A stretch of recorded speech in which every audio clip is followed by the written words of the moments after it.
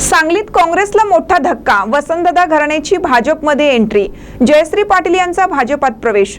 सांगली जिल्ह्यातील माजी मुख्यमंत्री वसंतदादा पाटील घराण्यातील महत्त्वाच्या नेत्यांपैकी एक असलेल्या जयश्रीताई पाटील या अखेर भारतीय जनता पक्षात भाजपमध्ये प्रवेश करणार असल्याचे पालकमंत्री चंद्रकांतदादा पाटील यांनी आज अधिकृतरित्या जाहीर केलं। त्यांनी जयश्रीताईंच्या निवासस्थानी जाऊन त्यांची भेट घेतली आणि भाजप प्रवेशासंबंधीची औपचारिक माहिती दिली। येत्या 18 जून रोजी जयश्रीताई कोणत्याही अटीशिवाय भाजपमध्ये प्रवेश करतील असं त्यांनी यावेळी स्पष्ट केलं।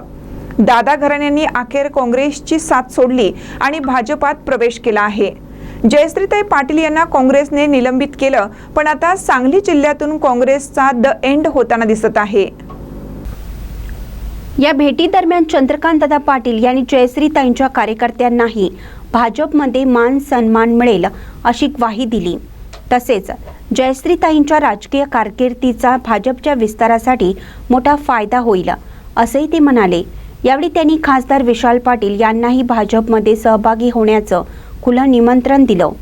प्रतीक पाटील आणि विशाल पाटील यांचेही भाजपकडून स्वागत असल्याचं त्यांनी जाहीर केलं।